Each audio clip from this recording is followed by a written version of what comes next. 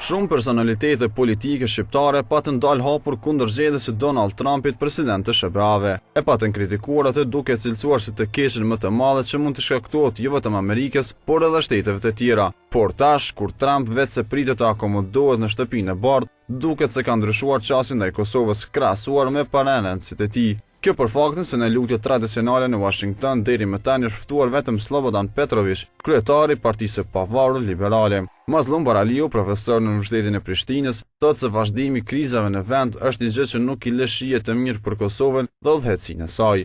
Vazhdimi i krizës institucionale me vite të tëra në Kosovë, në Pavarur, diçka është sinifikuese në kuptimin negativ. Është një sinjal i cili sigurisht nuk lën përshtypje të mirë, as shije të mirë të miqtë tanë ndërkombëtar për udhëheqjen e vendit, për rrjedhat dhe proceset institucionale.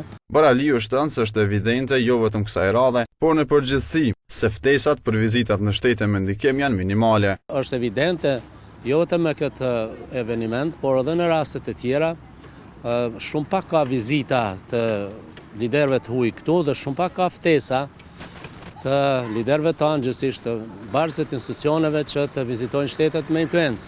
Prandaj gjithë këta kur rekapitulojmë në një tërësi, mund të krijohet një përshtypje ose një konkluzion që thjesht diçka duhet ndryshuar në kuptimin pozitiv, diçka duhet ndërmarrur në përmirësimin e imazhit. Analisti politik Imer Mushkolaj thotë se kjo boshatisje liderëve kosovar në këtë ceremoni mund të jetë mesazh për listën serbe, por edhe për të gjithë klasën politike kosovare.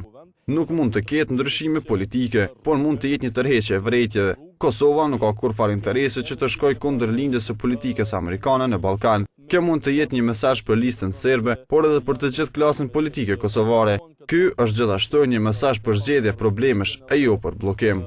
Kujtojmë se në lutjet e këtij viti nga Kosova ishin ftuar deputetja Adem Grabovci, Armend Zemaj, Besim Beçaj, Flora Brovina, Slobodan Petrović, Enver Hoxhaj, si dhe deputetja Teuta Rugova. Thank you very much, everybody.